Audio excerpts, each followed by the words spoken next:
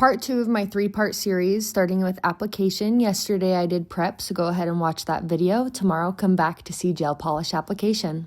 I start with a thin slip layer. This is kind of your guide and foundation of where your gel will lay. So you really want to make sure you are going sidewall to sidewall all the way up to the cuticle, really working it into the nail. Then I grab a bead on my brush. I like to apply it close to the cuticle, and then I kind of push it up and then drag it down when I'm ready.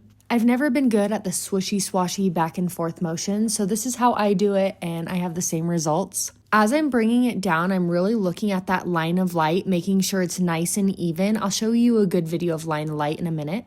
I then go in with a liner brush just to get it closer to the cuticle, just so I don't flood the cuticle with the brush. Sometimes I can get it really close. Other times I just use this little liner brush to get up in there and then really close to the sidewalls, perfecting that. Check the line of light.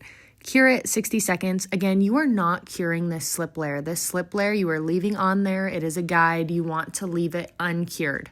I really used to struggle with Luminary because I do feel like it's one of the more runnier gels.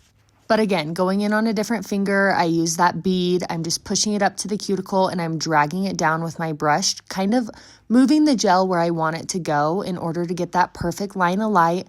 With short nails like mine, you don't really need an apex. I still build a little bit of one, but it's not as crucial as when you have long nails. As I'm working the gel down, you can see I have a little too much gel on the tip, so I'm actually gonna go in and scrape off some of the gel on the tip and then rebalance it. Then I go in with my liner brush. The line of light was not perfect, so I'm gonna go in with a little bit more gel and kind of run it up the nail to get that perfect line of light. I slowed down this next clip so you can see that line of light is not perfect, so I'm gonna go in, grab some gel, I'm gonna run it up the finger, and then you can see there's the perfect line of light. If you use Luminary, you know what I'm doing.